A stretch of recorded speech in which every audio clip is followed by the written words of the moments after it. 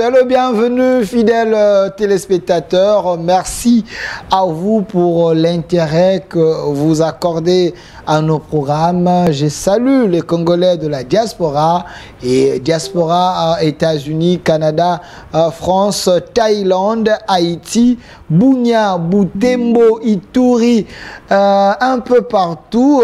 Vous nous suivez partout. C'est votre émission Rendez-vous du soir. Après le passage d'un des grands dans notre pays, Monsieur Évariste Bouchab, vous étiez encore très nombreux à vouloir ce que nous puissions recevoir pour vous une fois de plus l'âme intelligent de l'Afrique, le panafricaniste et aussi au cadre de l'UDPS, Monsieur Norbert Yamba. Il est également directeur de cabinet du ministre VPM de l'Intérieur, Monsieur Peter Kazadi. Il est ici avec nous. Monsieur Norbert Yamba, c'est le bienvenu. Merci pour l'invitation. Je suis très heureux d'être encore ici et je pense que nous allons passer un bon moment pour discuter de l'avenir de notre pays. Avec vous, on va décrypter les grandes lignes d'actualité. L'actualité principale, c'est le dépôt des candidatures pour l'élection présidentielle. Il y a plus de 20 candidats qui ont déposé leur dossier, mais avec vous, comme l'aigle, comme un homme intelligent qui voit l'avenir de l'Afrique et du Congo. Les gens ont voulu à ce que nous puissions vous inviter pour que nous puissions décrypter, faire l'analyse pour que l'Afrique et les Congos soient vraiment positionnés. Mais avant tout, quelqu'un m'a dit, quand vous recevez Yamba, il ne faut pas le considérer comme votre produit congolais. C'est un produit mondial. C'est un produit de l'Afrique. Ça vous fait quoi quand vos réflexions traversent le pays? Non, ça me fait un plaisir que je ne me suis pas trompé d'adresse. Parce que, croyez-moi, je suis fondamentalement africain. Parce que je sais que l'Afrique a été unique et que nous avons été saucissonnés par des personnes qui n'ont jamais été en Afrique, qui ont utilisé des cartes mal dessinées. Et qu'aujourd'hui, plus que jamais, nous avons la responsabilité de transporter ces fardeaux et de pouvoir tenir la torche et éclairer l'avenir. Parce qu'il n'y a pas un continent aussi problématique que l'Afrique. Et donc, ces idées, je les ai épousées, ces idées, je suis en train d'avancer avec. Et je me suis dit, quand je vois des réactions auprès des afro-descendants, que ce soit aux Amériques, que ce soit en Asie, en Europe, en Afrique spécialement, je me dis, ben voilà, non, on a réfléchi. Parce qu'en réalité, on est resté sur des choses parfois élémentaires. Et pourtant, ça va faire autant de siècles. Nous sommes à la pauvreté la plus abjecte. On ne voit pas des Africains très épanouis. Et même des Africains qui ont été déportés, que ce soit en Amérique, que ce soit en Europe, en Asie, etc., sont en situation difficile. C'est qu'il y a des questions questionnantes. Il y a des questions qui appellent d'autres questions. Il faut véritablement les dégager. Il faut chercher des solutions correspondantes. Alors moi, je m'engage dans cette direction et je me dis que tant que la pauvreté restera endémique en Afrique, c'est que finalement, on ne s'est pas encore posé de vraies questions. Et voilà, donc je suis en train de poser ces questions-là sans avoir véritablement des recettes uniques. Puis je dis, mais posons quand même des questions pour que finalement la base basique soit installée et que nos enfants, nos petits-enfants viennent et puissent approfondir davantage pour nous sortir de ces bourbiers. Alors, M. Norbert Mbamba, j'aimerais bien comprendre quelque chose. Est-ce les Africains se distinguent par rapport à leurs biceps, par rapport à leurs muscles, ou les Africains peuvent aussi se distinguer par rapport à leurs muscles intellectuels? Parce que nous sommes les derniers continents, les sous-développés dans le monde. Pourquoi? Pourquoi? Parce qu'en fait, nous ne sommes pas ce que nous devions être. Mais nous sommes ce que les autres auraient voulu que nous soyons. Regardez notre spiritualité. Toutes nos religions sont importées de l'extérieur. Regardez notre système éducatif. Une éducation des récitations. Vous dites Une éducation des récitations. Des récitations. des répétitions. On veut bloquer les syllabus, on veut bloquer le cahier, on veut bloquer le livre, et on dit qu'on est intellectuel. On n'est pas en mesure de questionner et de rechercher véritablement des solutions. Lorsque vous êtes par exemple aux États-Unis, les professeurs sont organisés de telle sorte, sont encadrés de telle sorte que ils deviennent des professeurs de questionnement. Ça veut dire l'élève le plus intelligent détecté par sa capacité de poser des questions pertinentes et des questions qui intéressent véritablement son environnement, son pays. Nous, nos professeurs nous posent des questions et celui qui récite bien ce qu'il a posé, c'est celui-là qui a 2 points. Et c'est comme ça que vous voyez, nous n'avons pas effectivement des hommes et des femmes qui soient capables, ne serait-ce que de fabriquer la cure-dent. Tu vois? Donc nous sommes là en train de répéter, nous sommes là en train de réciter, nous sommes essentiellement des perroquets. Il y a aussi un autre système, parce que vous avez posé la question. Moi je dis le système religieux est importé, le système éducatif lui-même est importé, le système politique, nous parlons de démocratie. Écoutez, vous venez de le dire, hein, 20 personnes, 20 candidats. Oui, oui. Et alors? Plus de 20. Eh bien alors, est-ce que vous avez vu quelqu'un qui nous dit aujourd'hui que voilà, ma thématique, n'est-ce pas, électorale, c'est comme on a vu hein, avec le peuple d'abord. Le peuple d'abord, c'est toute une vision. Quelqu'un dit, écoutez, aujourd'hui on est à 110 millions de personnes, demain en 2050 on sera à 220 millions, à la fin du siècle on sera à 400 millions. Voilà comment j'entrevois la possibilité d'enlever la population de la pauvreté. Vous allez un peu vite, c'est tout un chapitre, on va en parler, mais j'aimerais quand même terminer d'abord le premier palier. Monsieur Norbert Yamba, à qui la faute? J'ai l'impression que nous, les Africains, on est tellement plaintifs. Il n'y a pas un Africain courageux qui peut devenir un repère alors pour l'Afrique, parce que j'ai l'impression, vous avez dit que tout a été importé. Donc, les Africains, on n'avait pas de modèle, on n'avait pas de repères pour accepter la civilisation des autres. Non, non, non, non. Les Africains ont été le premier être de l'humanité. L'Afrique est le berceau de l'humanité. Ça veut dire quoi? Ça veut dire qu'en fait, les Africains sont là il y a 300 000 ans. La race blanche qui fait fureur aujourd'hui est là il y a 40 000 ans. Okay. Et donc, il y a 35 siècles, l'Afrique a été la première puissance économique, la première puissance politique, la première puissance militaire, etc. Les mathématiques ont été inventées en Afrique, l'astrophysique, la médecine, etc. L'Hippocrate, qui est réputé aujourd'hui comme père de la médecine, il est venu en Afrique apprendre. Il a été l'élève d'Imhotep, le savant africain, noir de charbon. Okay. Tu vois? Et donc, nous avons vécu 35 siècles à toute puissance. Et les gens comme Thalès, les premiers intellectuels européens, Thalès, Pythagore, Platon, Hérodote, ils étaient en Afrique à apprendre. Pythagore a fait 22 ans en Égypte. Platon, le plus grand savant, philosophe, il a fait 30 ans en Égypte. Il a été enseigné par l'Égyptien. Mais pourquoi on ne met pas au devant nos écrivains à nous, nos élites à nous? J'ai l'impression que tout ce qu'on nous présente dans les livres, on ne nous présente pas le merveille des Africains. Mais qui va présenter Lumumba? Vous l'avez dit, qu'il viendra un jour où l'histoire africaine sera écrite par des Africains. Vous attendez quoi? Plus de 60 ans? Mais c'est pourquoi plus de 60 on est là. C'est pourquoi on est là. Il faut toute une vision. C'est ce que le président de la République est en train de faire. Contester un chef d'État occidental. Séance tenante. Ça n'arrive pas tous les jours, hein, vous savez. Lumumba sont partis, les Sankara sont partis pour avoir refusé d'aller accueillir un chef d'État occidental, etc. Pour avoir dit ce qu'il pensait, etc. Et là, on s'est retrouvé en situation où il y a un chef d'État français, il y a un chef d'État congolais, des surcoûts africains, etc. Ça n'arrive pas tous les jours. Et ça, il faut être courageux. Ça, il faut être déterminé. Ça, il faut avoir la vocation. Ça, il faut une vision. Ça, il faut une capacité transformationnelle d'une société. Et c'est là qu'il y a déficit au niveau de la classe politique de notre pays. Et donc, on est dans les tintements, les histoires, des répétitions, des déclarations, etc. On n'est pas en attitude, en capacité de proposer des offres, des horizons politiques.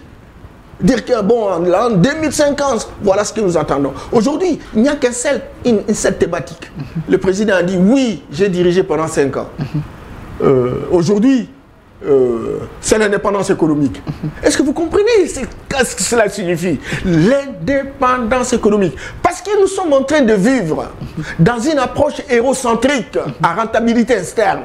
Nous ne sommes pas indépendants, ni politiques, ni économiques. Et il n'y a pas de projets sociaux. Il n'y a pas de projets politiques qui réussissent sans économie. Or, si l'économie est tenue par les étrangers, cette économie vous rend véritablement des esclaves. Et le chef de l'État dit, moi, maintenant, c'est l'indépendance économique. Maintenant, dans les jours qui viennent, nous allons devoir débattre pour savoir très concrètement comment cela va se rendre opérationnel. Il faut que les autres hommes politiques aussi commencent à ressortir des thématiques qui nous permettent véritablement de redonner l'espoir à notre peuple. Merci, M. Norbert Yambema. Je précise qu'il est directeur de cabinet du VEPEM de l'Intérieur, M. Peter Kazadi, qui est de l'UDPS. Lui également, c'est un haut cadre de l'UDPS, mais plus un vrai scientifique de mon pays, une lumière pour l'Afrique et pour le monde. Mais parce que nous voulons que le Congo change, nous avons également des Congolais qui ont déposé leur candidature avec vous comme un éclairé de l'Afrique et du Congo. J'aimerais que nous puissions faire un exercice. Papa Freddy, donnez-moi un peu la photo là où il y a 5 candidats. Là où il y a 5 candidats, surtout de l'opposition, des hommes également intelligents de mon pays. Mais j'aimerais que nous puissions faire un exercice parce que le Congo doit être dirigé par les hommes qui ont la vision du Congo, parce que nous avons suffisamment de richesses. On dit que le Congo est potentiellement riche, mais j'ai l'impression que nous avons un capital humain très faible. Alors, on revient sur la photo. La photo, là où il y a 5 candidats. D'abord, selon vous, M. Norbert Yambema, qu'est-ce qui motive un homme d'aller postuler pour être d'abord candidat président de la République? Selon vous, qu'est-ce qui peut être comme motivation ou motif? Question difficile, hein? Question difficile parce que lorsqu'on interroge le contexte, notre environnement, les motivations sont diverses. Il y en a ceux qui postulent pour se faire connaître. Il y en a ceux qui postulent pour faire partie des personnes qui peuvent être choisies en définitive lorsque telle ou telle personne est élue chef de l'État. Il y en a ceux qui postulent pour que, bon, voilà, que ça marque l'histoire, que moi j'ai été candidat, etc. Mais il y en a ceux qui postulent et qui pensent que le pays est en difficulté et il a besoin des hommes éclaireurs, des hommes de clairvoyance. Des hommes qui ont la tâche, la boussole pour le sortir du bourbier. Des hommes déterminés. Des hommes engagés. Mais ça se construit. On ne peut pas l'acquérir du coup. Il faut domestiquer ça pendant plusieurs années. Il faut avoir le sens du ridicule. Il faut avoir la capacité de travailler chaque jour. Pour rechercher des solutions, parce que la complexité de nos problèmes véritablement pose des questions questionnantes. Mais voilà, ils sont rares, c'est là. Il y a aussi ceux qui postulent simplement parce qu'il a tel ou tel ami dans tel pays occidental, etc. Il dit, mais pourquoi vous ne pouvez pas? Parce que vous pouvez bien défendre nos intérêts. Voilà. Donc, ils sont recrutés. Alors, ils sont recrutés comme des hommes qui travaillent, des héritiers de la colonisation, quoi. Donc, les gens qui peuvent agir par procuration. Bien entendu. Alors, donnez-moi la photo de M. Delis Sanga, c'est important parce que ici, nous avons appelé un homme intelligent de l'Afrique et du Congo pour qu'il puisse nous aider, hein, nous éclairer.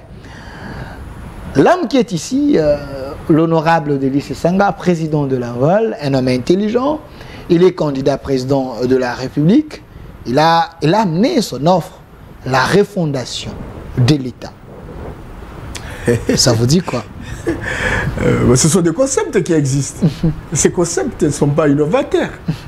C'est pas lui qui a créé ce que c'est la refondation. Encore qu'il faut poser des questions pour savoir quel est le contenu qu'il donne à la refondation. Okay. En fait. Mais bon, moi je salue Denis Sesanga. Il est d'une génération qui est très ambitieuse.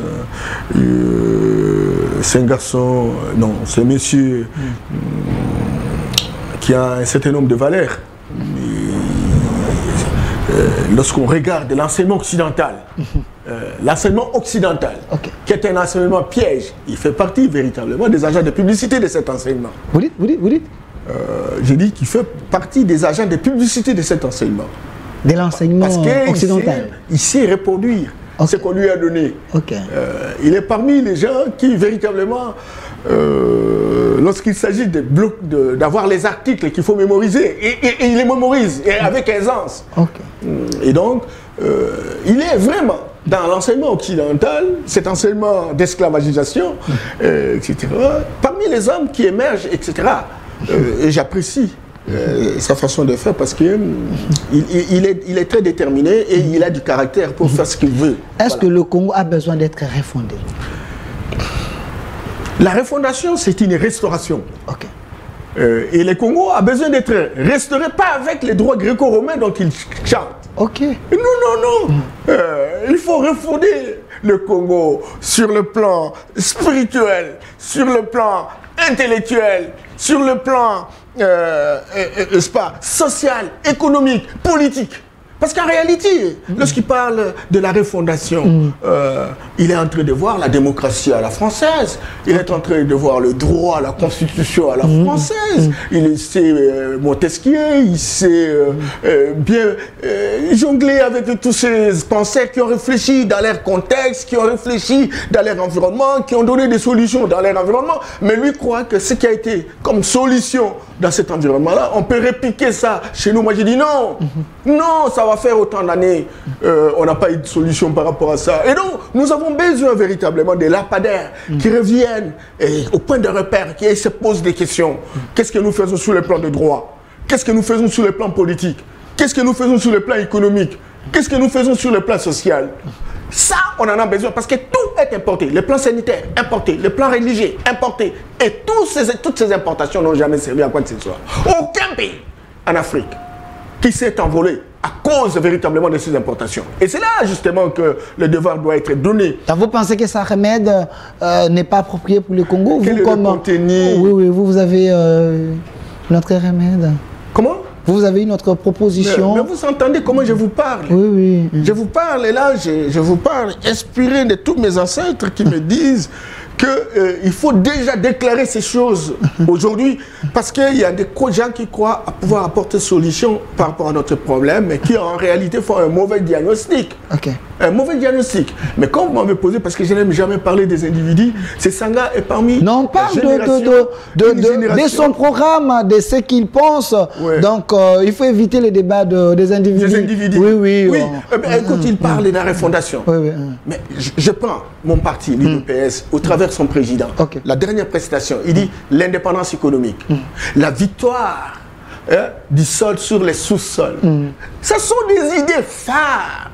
Des idées qui vous permettent de dire, mais écoutez, le sol, on a trop privilégié les sous-sols, les minéraux et compagnie, etc. Où se trouvent les résultats? Nous n'avons pas des industries de transformation. Nous ne pouvons pas véritablement privilégier naturellement tous ces minéraux, parce qu'en réalité, ça va servir les étrangers, etc. Mais est-ce que nous ne pouvons pas booster notre sol pour que véritablement ça devienne notre cheval de bataille? Ça, on en a besoin. Ce sont des idées. Est-ce que ce n'est pas les idées cosmétiques pour la consommation de l'opinion, mais en réalité, c'est sans fondement? Comment vous pouvez considérer ça comme des idées cosmétiques quand ces idées sont accompagnées des décisions politiques réelles? Quand il vous dit, écoutez, il faut mettre en route, il faut des garanties pour créer une pépinière d'entrepreneurs. Les Congolais, aujourd'hui, des jeunes gens, ont des projets bancables. Ils ont besoin de fonds pour être opérationnels. Et il dit, il faut entretenir tous ces gens. La Makuta nous confête de temps en temps ici. Est-ce que c'est une blague? C'est une blague. Le problème, c'est que tous ceux qui véritablement travaillent avec les chefs de l'État, qui a une vision et qui a qui a domestiqué cette vision pendant plusieurs années et qui a été entraîné par de vrais entraîneurs. On a besoin aussi des hommes et des femmes qui croient à ça. Pas des hommes et des femmes qui profitent et qui profitent de l'opportunité justement pour faire leur histoire. Mais des gens qui croient et des gens qui pensent qu'ils sont capables de relever le défi avec les chefs. C'est très important. Donc il y a plus des jouisseurs que des gens qui peuvent apporter... Ça c'est domestique, ça s'apprend, ça s'apprivoise. Et donc il faut véritablement être conscient de ça. Parce qu'en réalité, même si nous ne faisons pas ça aujourd'hui, qui va faire encore? Alors, donnez-moi un peu, si je peux avoir encore la photo de M. Matata Ponyo, professeur d'université, M. Matata Ponyo, l'homme de la bonne gouvernance, l'homme des troïkas stratégiques. Il est ici, lui aussi, il est candidat président de la République. M. Norbert Mbamba, est-ce l'homme, son offre est consommable? La gouvernance. La bonne gouvernance. Il a prouvé depuis quand il était Premier ministre. Non, mais en fait, c'est un personnage pour lequel j'ai de l'admiration par rapport à certaines de ses réalisations, etc. Donc Matata a fait preuve véritablement d'un technicien, ce qu'on appelle technocrate par rapport à ce qu'il a fait. Mais j'ai dit que c'était une technocratie à la subsistance. Vous parlez de la gouvernance. Parce qu'en réalité, la bonne gouvernance. Pas seulement la gouvernance, mais la bonne. Il faut faire attention. La bonne gouvernance ne signifie pas, voilà, j'ai géré 10 zaïrs, et puis bon, il reste 3 zaïrs, c'est ça la transparence, etc. Attention, attention. Ce concept a évolué. On ne fait pas partie du gouvernement. Le peuple ne fait pas partie du gouvernement. Mais le peuple fait partie de la gouvernance. Et la gouvernance, c'est vous dites le peuple ne fait pas partie du gouvernement, mais le peuple fait partie de la gouvernance. Et on ne peut pas avoir une seule personne en train de faire la bonne gouvernance. Donc on ne peut pas. C'est le cas avec Matata? Non, mais je dis, mais alors, parce que l'homme de la bonne gouvernance. Oui. Je dis que... Donc une seule personne ne peut pas faire la bonne gouvernance. Non. Il faut qu'il y ait la contribution de tout le monde. De tout le monde. Tout acteur, étatique et non étatique, dans une interaction dynamique, dans une congruence, dans une convergence d'intérêts, se mobilise comme une chaîne de maillons pour construire la performance du système. C'est ça la bonne gouvernance. C'est pas un individu qui prend une décision, qui dit non, moi, non. Mais avec Matata. Écoute, avec par exemple Matata, on peut bien faire ça au gouvernement. Et alors, mais là, si Akasumba est là-bas, est-ce qu'il sera là? Alom Mela là, il sera là? Mais l'impulse, c'est là, parce que s'il est président, dans chaque secteur, tout le monde aura l'impulsion, ses idées, sa motivation pour accomplir ce que le chef veut, parce que Matata, il est connu comme un homme de la rigueur. Vous savez, mon cher ami, écoutez, ne pas reconnaître des gens comme Matata, c'est être injuste. Et dis-moi, pour notre génération. Sincèrement, c'est comme ça qu'il ne faut pas me poser de questions sur les individus. Je parle de leurs idées, de leurs offres. Avec ces cinq, c'était la refondation. Matata, c'est la bonne gouvernance. Parlons-en, vous êtes un acteur politique. Donc, je n'aime pas vraiment parler des individus. Je préfère que vous preniez les idées de Matata, vous les balancez sur moi. Et moi, j'essaie de réagir. C'est ça que j'essaie de dire. Mais il ne faudrait pas que je porte des émotions de sous-bas de ces toxiques. Non, je refuse ça. Alors. Cependant, il a été. Mais vous savez que malgré qu'il faisait de la bonne gouvernance, mais il n'a jamais dépassé 10 milliards de dollars. Jamais. Il n'a jamais dépassé ça. Il n'a jamais dépassé. Okay. Et même s'il dépassait 10 milliards de dollars, c'est très peu pour une population de 110 millions d'habitants. C'est que quelque part, il faut une autre intelligence additionnelle, une intelligence économique, justement pour générer des ressources. Parce qu'en réalité, chez nous, nous n'avons pas de ressources. Nous n'avons pas de ressources. Vous allez avoir des ressources comment? Regarde, vous allez par exemple à Rutshuru. Il y a un produit très important, un minerai qu'on appelle nobium. Nobium. Okay. Le nobium est utilisé pour la stabilisation des fusées. Le coût d'acquisition d'un fusée, c'est 10 milliards de dollars. Alors maintenant, il faut qu'il y ait quelqu'un qui porte une intelligence économique, qui industrialise et qui transforme et qui mobilise les universités pour créer des technologies. Ces technologies viennent justement pour transformer ce que nous avons. Vous avez dit que nous sommes potentiellement riches, mais nous sommes possiblement pauvres. Donc, nous avons des parce qu'il y a manque d'hommes capables à relever les défis. Non, avec tout ce que nous avons. Attention. Il semble qu'il y a un vide. Attention, nous avons des hommes, mais qui ont été formés à l'occidental, mais pas pour transformer, mais pour être des commis. Ça, c'est l'enseignement occidental. Un enseignement qui a fait de nous des commis. Il faut changer les paradigmes. C'est comme ça que vous voyez, quelqu'un a tendance à dire, je suis docteur, je suis licencié, je suis professeur. Mais quand vous regardez, en termes de résultats, pour pouvoir marquer la société, zéro. Ça ne vous intimide pas quand il y a des docteurs, super docteurs, professeurs émérites, et voilà. Non, ça sont des titres. Ce n'est pas l'intelligence. Ce sont des diplômés. Parce qu'il y a une différence entre intellectuel et diplômé. Et instruit. On peut être instruit, c'est-à-dire on a mémorisé. Et vous savez, en force d'aller avec les études pour avoir une étiquette à l'occidental, on s'éloigne de sa société. Et quand on s'éloigne de sa société, on n'a pas de solution pour sa société. C'est comme ça que... Donc ils ne sont pas des pragmatiques. Non, mais ils ne sont pas formés pour résoudre les problèmes de notre société. Ils sont formés pas pragmatiques, pour être des commis au service des Occidentaux. C'est ça. Et donc, comptez même le nombre de personnes qui sont des milliardaires ou des millionnaires chez nous, en dehors des politiciens qui en masse. Rares sont des gens qui ont été à l'université. Vous les retrouvez. Et même aux États-Unis, j'ai vu ça, il y a moins de gens qui n'ont pas été à l'université, qui sont des milliardaires. Mais le docteur, par exemple, ne représente même pas 2% de ce que représentent les milliardaires aux États-Unis. Ça veut dire quoi? Ça veut dire que l'intelligence, ce n'est pas les diplômes.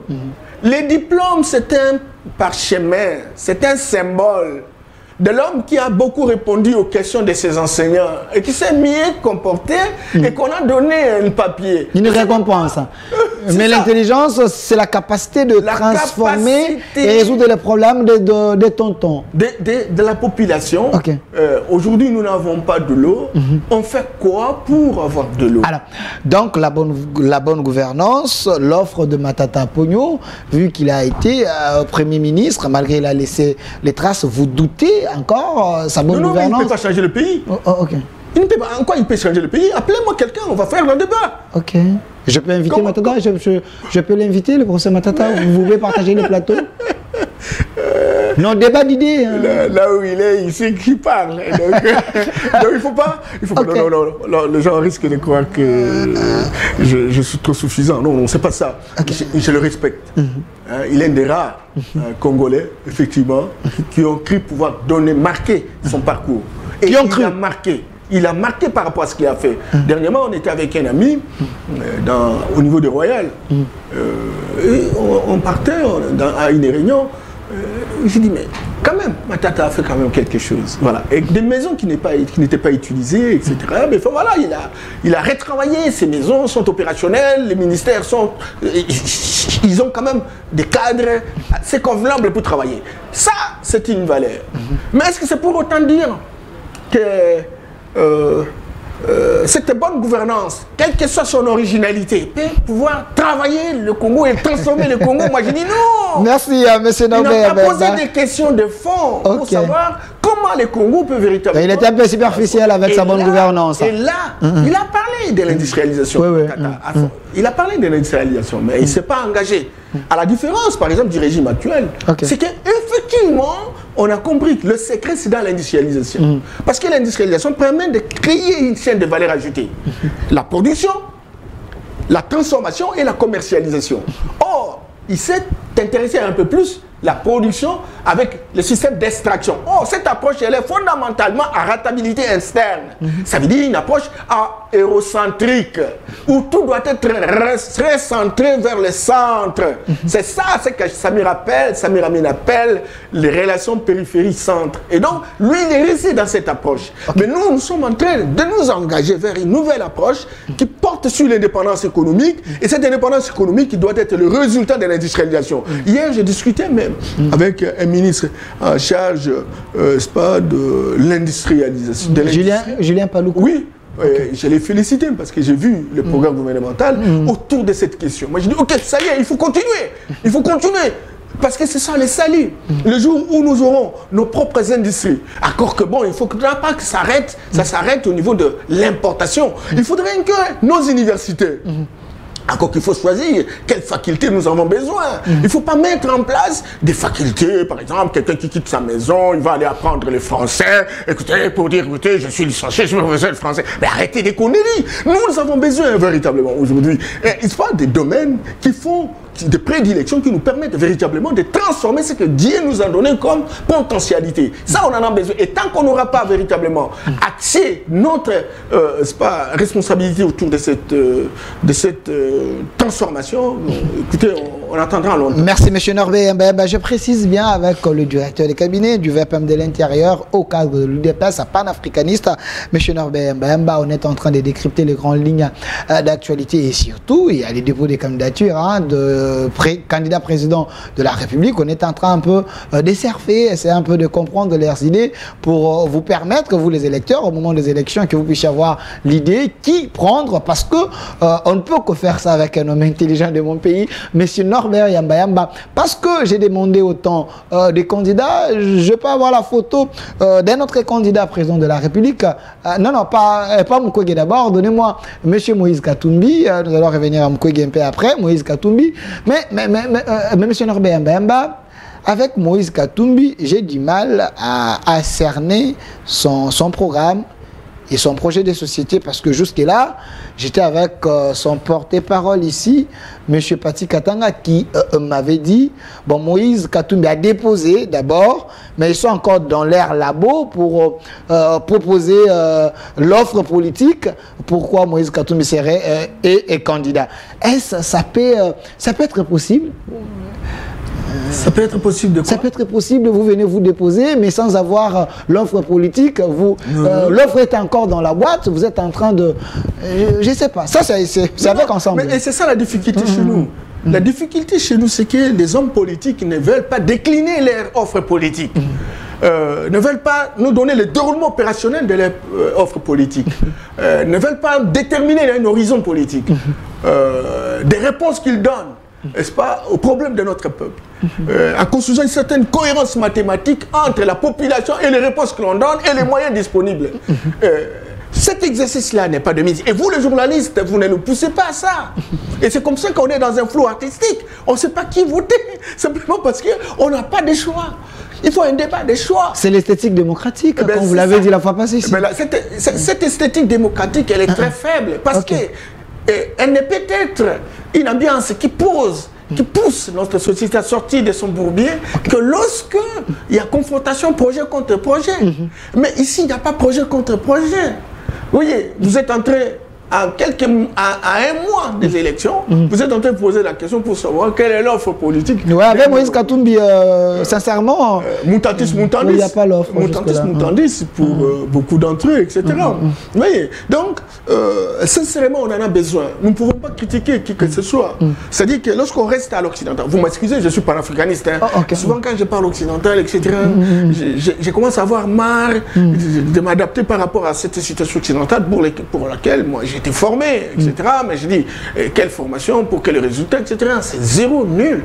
Mais encore que bon, il faut remettre en question ça, il faut restaurer un autre état d'esprit, il faut restaurer notre génie, il faut rétablir notre spiritualité authentique, et tout cela faisant combine, va nous donner une nouvelle orientation.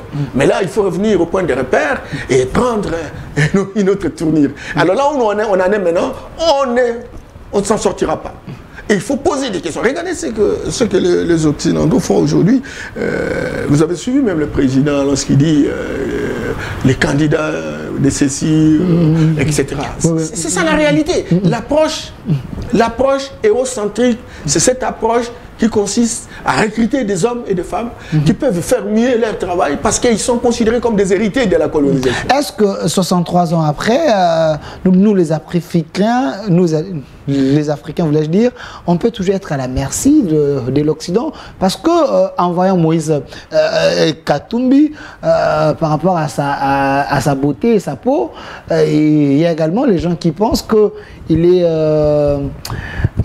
quelqu'un qui défend les intérêts de l'Occident. Excusez, ne m'amenez pas à un débat comme ça. Je t'en prie, s'il te plaît, Delphin. Non. S'il s'agit d'un problème de peau, là, je suis désolé. Sincèrement, Delphin. J'ai dit, il y a quand même un groupe de gens qui pensent comme ça, qu'il est les candidats de l'Occident. Non. Mais pas la peau. Ça, pas la peau. Il pouvait exceller bien en faisant les affaires, hein, parce que bien entendu. C'est un homme d'affaires. Mais pourquoi toujours aller en politique? Et c'est un peu de... Mais vous tous, votre génération aujourd'hui, vous tous là, vous avez des vestes, des cravates, je vous vois comment vous avez des écharpes partout, en train de crier partout. Vous ne voulez même plus travailler. Allez même au village aujourd'hui. Ok. Qui veut travailler? Tout le monde attend les politiques pour bouffer l'argent. Et la politique est aujourd'hui devenue comme une boutique où chacun doit véritablement se taper un peu de moyens. C'est un peu une culture. Et je vous assure, je sais que le président de la République fait un effort. Si Dieu lui aide et tous les ancêtres l'aideront, parce qu'il n'a pas eu suffisamment de temps pour travailler, etc. Et s'il passe, franchement, il faut couper ce cordon ombilical d'une génération qui voudrait véritablement attamer la facilité, le raccourci, un raccourci frauduleux. Pour devenir riche, simplement parce que la politique elle est là. Donc les gens n'ont pas la culture de l'effort. Oui, il n'y a pas. On va faire quel effort? Est-ce que vous voyez dans des universités ici les réflexions qui se font dans les centres de sortie le pays de Bourbier? Vous avez vu déjà un livre qui sort, qui nous amène des idées phares, des idées boussoles, des idées torches, qui nous éclairent et qui nous montrent où y aller. Vous avez vu une thèse doctorale qui rivalise toutes les thèses occidentales ici. Une remise en question d'un système qui a été mis en place. Il n'y en a pas. Nous avons assez de professeurs ici, les gens qui écrivent. Vous confondez la fonction et l'intelligence. Il y a une confusion? Oui, vous confondez. Ok. Professeur, c'est une fonction. L'intelligence, c'est autre chose. Mais l'intelligence, c'est autre chose. La photo de M. Mukwege, le prix Nobel de la paix, lui également, il est aussi candidat, Denis Mukwege, il est aussi candidat président de la République, mais avec lui, il y a un peu trop de soucis, parce que une opinion pense que Denis Mukwege, il était plus crédible en restant prix Nobel de la paix, parce que il réparait nos mamans. Mais pourquoi il est allé en politique? Il risque d'essuyer sa robe. Vous, comme scientifique, est-ce la science ne vous suffit pas? Non, mais écoute, arrêtez. Là aussi, c'est pas bon. Je n'entre pas dans ce débat-là. Mukwege, c'est un Congolais. Et un Congolais est libre de faire la politique ou de faire autre chose. Ne faites pas des choix pour les gens. C'est ça. Et ça, notre combat à l'IDPS. Vous répondez à une opinion. Il y a quand même des gens. Ce n'est pas pour rien. Moi, je fais que poser des questions. Ne s'attaquez pas à moi, monsieur Mbamba. Je suis entré dans ce parti. J'avais 22 ans. À l'UDPS. À l'UDPS. Et aujourd'hui, j'ai plus de 60 ans. De grâce. On cherchait quoi? On cherchait la liberté individuelle et collective. C'est très important et il ne faut pas vraiment faire de confusion. Donc, Mukwege, médecin de son état, il a le droit de faire la politique comme tout autre. Est-ce que Mukwege, ce n'est pas une fabrication de l'Occident? Parce que quand ces gens-là vous façonnent, vous donnent des prix Nobel, parce qu'ils ont leur intérêt, ils ont des calculs en disant, peut-être après 5 ans, après 10 ans, on aura besoin de lui. Ils ont créé leur type, et Mukwege est venu, vous l'avez suivi, devant le journaliste, il dit, il faut quand même, quand il a parlé du genre, M. Norbert, est-ce que les Congolais ont un problème de l'orientation sexuelle? Non. C'est comme ça que je vous ai dit. Parce qu'un jour, on va débattre de cette question d'instrument de pénétration de l'Occident vers l'Afrique. J'ai tout un livre qui est préparé à la matière. Et vous allez voir que ce qu'on appelle généralement les médias. Les médias. Ça, c'est un instrument de pénétration. Et les ONG, instrument de pénétration. Okay. Tout ce que vous avez comme système d'enseignement, tout ce que vous avez comme institution financière internationale, les banques régionales, tout ça, travaille justement pour pénétrer et construire de l'ancrage chez nous. Et le prix Nobel, il faut analyser la plupart des gens qui sont reconnus comme prix Nobel, c'est que l'Occident prévoit des anticipations par rapport à ça, etc. Et donc, je ne conclus pas, mais il y a des éléments plausibles qui montrent très clairement comment l'Occident se déploie pour construire son ancrage territorial, institutionnel dans nos pays. Voyez.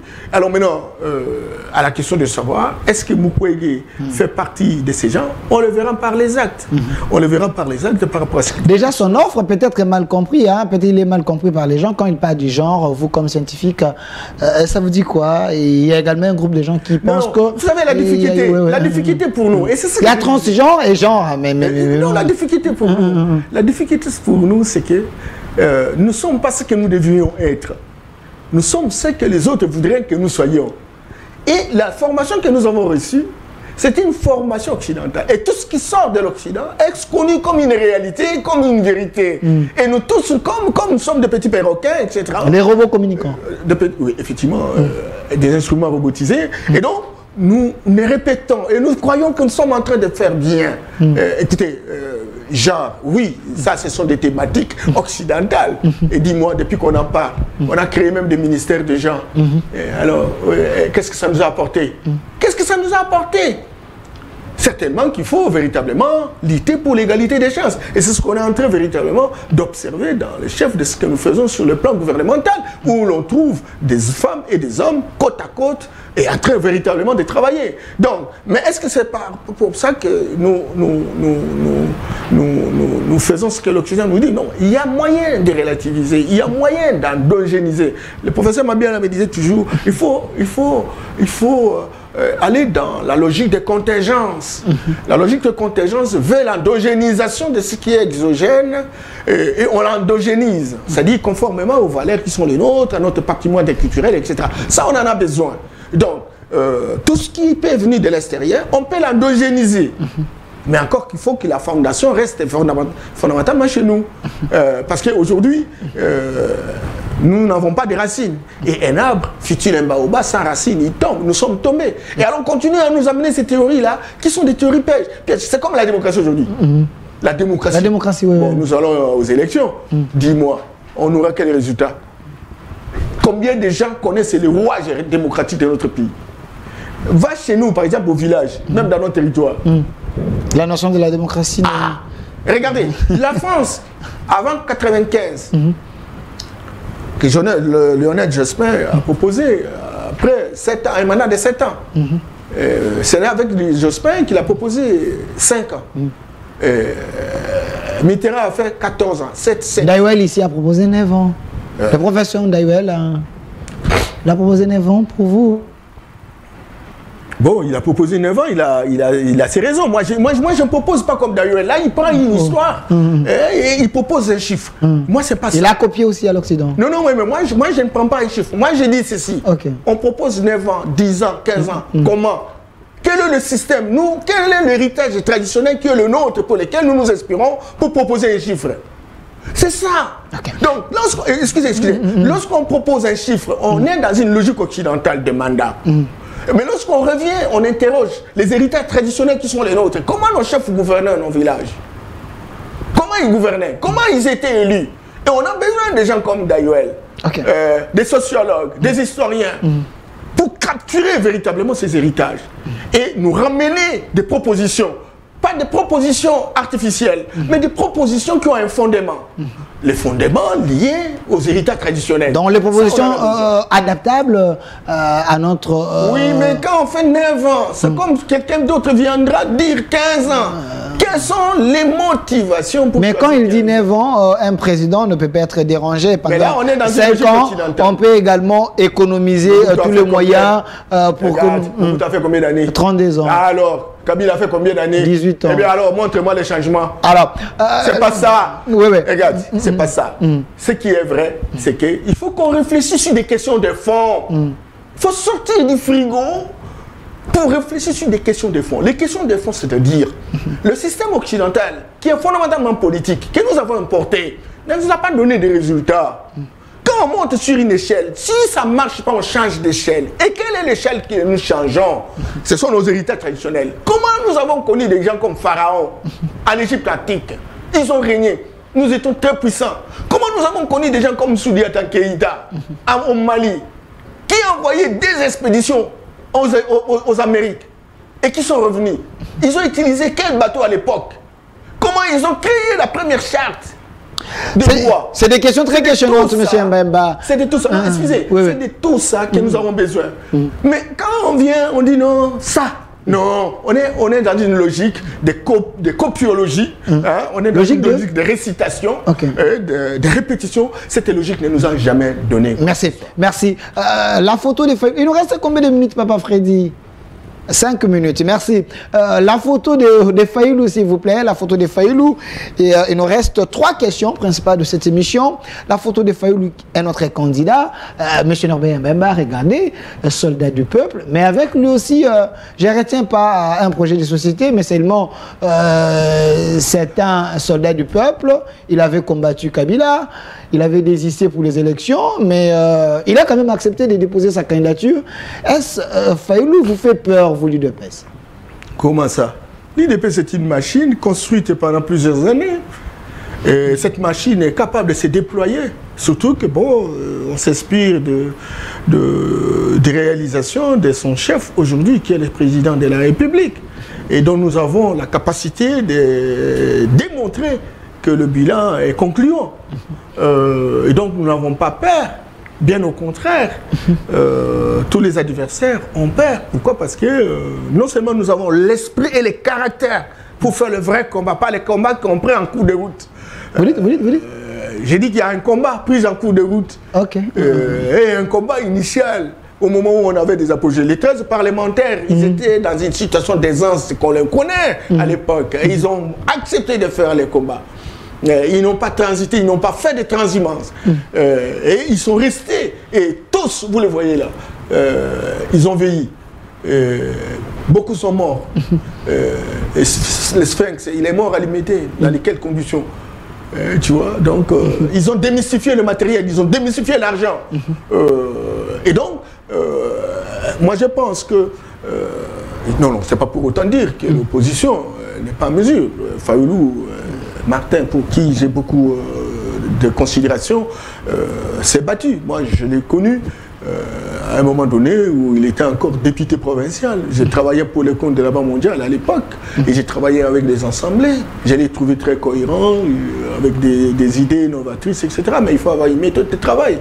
Et puis bon, lorsqu'on veut apporter un changement, il faut porter ces changements-là. Il faut savoir dire aux gens quel type de changement vous voulez. Être soldat du peuple ne suffit pas. Encore qu'il faut savoir qui vous a nommé soldat du peuple. Merci. Etc. Non, je me suis beaucoup.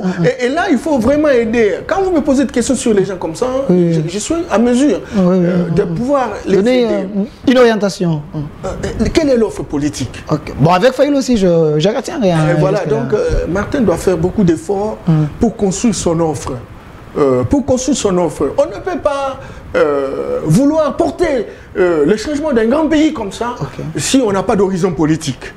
Vérité des urnes, peut-être? Non, mais il faut arrêter ça. Ça, j'en parle parce que je crois qu'il a à un moment donné suscité les espérances et il faut qu'il reste qu'il reste dans cette perspective, mais encore qu'il faut qu'il travaille, il faut beaucoup travailler. Vous savez, quelqu'un qui veut véritablement diriger un pays doit beaucoup travailler, s'il vous plaît. Le temps de faire autant de déclarations, on prend son temps, on lit, on écoute ce qui on se documente, etc. Et on peut proposer une offre. Aujourd'hui, vraiment, en dehors du président qui a parlé de l'indépendance économique, de la victoire du sol sur les sous-sols, qui sont des idées phares et très stratégiques de transformation sociétale. Dis-moi, qui encore? On attend quoi? Et vous, les journalistes, vous entendez quoi pour organiser des débats? Oui, oui, nous allons les faire, mais je demande aussi aux gens qui ont postulé, les gens qui ont postulé, de nous aider, peut-être de mettre leurs offres politiques sur un document. Mais beaucoup de candidats dire oh non, moi j'étais à autant de pays, oh moi j'ai tel diplôme. Non, c'est pas ça, on n'attend pas ça. Merci vraiment, on est à la fin, Mais la dernière question, on est à la fin. On doit tirer la leçon de Serge Kikouni. Serge Kikouni, c'est un jeune homme, mais qui a mieux parlé que tous les opposants. Ok. Qui suivent ce qu'il a dit. Chacun devra tirer sa part. Et je crois que nous avons besoin d'une opposition responsable, rationnelle et systématisée. Merci. Nous n'avons pas besoin d'une émotion, d'une opposition émotionnelle. Alors, le mot de la fin, parce qu'on est vraiment à la fin. La photo de John Numbi, c'est également la dernière question. Monsieur Norbert Mbemba, je ne pouvais pas vous laisser comme un stratège, développeur, et vous laisser partir comme ça sans cette question. Nous avons quand même suivi. John Numbi, s'il vous plaît, c'est également le mot de la fin. Un général d'armée, le numéro 1 de notre armée, qui est en cavale, qui a encore parlé de l'accord que l'homme, il était au four et moulin pour faire à ce que votre président aujourd'hui, qui est notre président, soit là où il est. Il n'est pas le produit des élections, c'est le produit de l'accord. John Numbi, s'il vous plaît, la photo de John Numbi à la fin, c'est le produit de l'accord. Vous, comme un scientifique, au cadre de l'UDPS, ça vous fait quoi? C'est également le mot de la fin. Ça me fait rien. La photo de John Numbi. Ça me fait rien. Qu'est-ce que ça peut me faire? Que Tshisekedi n'est pas populaire et qu'il ne pouvait pas gagner les élections. Et vous savez comment on organise les élections chez nous? Dans des conditions normales. On organise les élections, on va avoir quels résultats? Que ce soit dans des conditions normales, que ce soit dans des conditions anormales. Tshisekedi, Félix Tshisekedi, avait droit à gagner les élections. Vous n'allez pas comparer Félix avec les autres candidats quand même, de grâce. Pourquoi ils l'ont choisi président de l'Union de RASOP? Comment on appelle ça? Union sacrée à l'époque. Pourquoi il a été choisi? Rassemblement. Rassemblement, tous, ils étaient là, non? Tous, ils étaient là. Et moi, je connais l'histoire de mon pays, en fait. Je connais l'histoire politique, je connais le parcours de tout et chacun. Non, de grâce. Vous n'allez pas dire qu'il y a un tel ou tel parti politique dans ce pays qui soit plus populaire que l'UDPS et que Tshisekedi ne soit pas élu et que quelqu'un d'autre serait élu si on ne fait pas de manigance. Non, ces choses-là, ces déclarations-là, vous savez, sont des déclarations de caniveau. Il faut parfois aussi faire fi de ces genres de déclarations. Merci. Parce qu'en réalité, il y a des gens qui sont recrutés à l'interne pour déstabiliser notre pays. Merci. Et ils sont déterminés à déstabiliser notre pays. Merci. Et alors, là, si on aggrave, on parle de toutes ces questions, etc. Merci. Véritablement Merci, monsieur Norbert Yamba. Je précise que vous êtes au cadre de l'UDPS. Vous êtes également panafricaniste, directeur de cabinet du VPM de l'Intérieur, monsieur Peter Kazani, un vrai scientifique de mon pays. Merci d'avoir répondu à notre invitation. Merci. Toutes mes excuses pour... on ne sait jamais, hein, le langage, on ne sait jamais, parfois j'ai offensé les gens, mais je vous aime tous. Je crois que j'ai voulu vraiment être un peu vrai. Et c'est ce que j'ai dit, mais pas dans le sens de pouvoir vexer les gens. Merci. C'est notre pays et nous avons besoin de la somme d'intelligence pour booster notre pays. Merci, merci à vous et restez fidèles à nos programmes. C'était votre émission Rendez-vous du soir. Et notre RDC est possible avec la nouvelle énergie. Au revoir.